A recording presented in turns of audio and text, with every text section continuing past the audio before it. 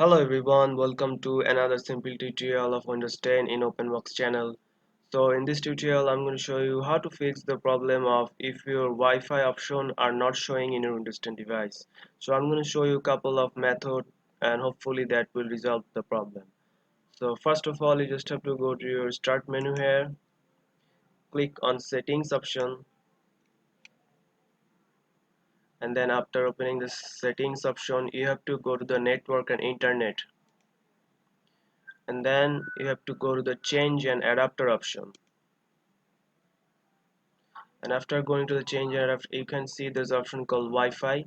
So you have to right click on it, and if you have enable option here, you have to click enable here, and if you have disable option just like mine here, so you just have to click disable, and then you just have to re-enable the option here, and hopefully that will solve the problem. So I'm not going to disable here because I've already enabled Wi-Fi connection. So in your case you have to enable the here, or you can just re-enable it.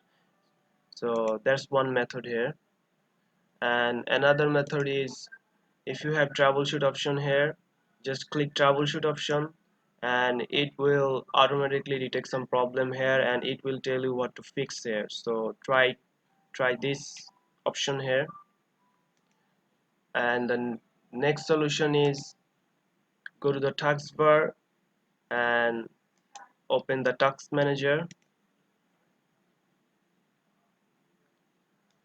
After the opening the task manager, you have to go to the services here, and then click open services. After clicking the open services, you can see there's a services menu here, so you have to find the WLAN AutoConfig option. So if you scroll down, and you can see here WLAN AutoConfig option here, so you just have to right click on it and go to properties, and you have to check that the option is here, startup type option is here, automatic here, so you have to select automatic here. So if it's manual here, you just have to select automatic, click start, then click apply and OK, and hopefully that will also resolve your problem.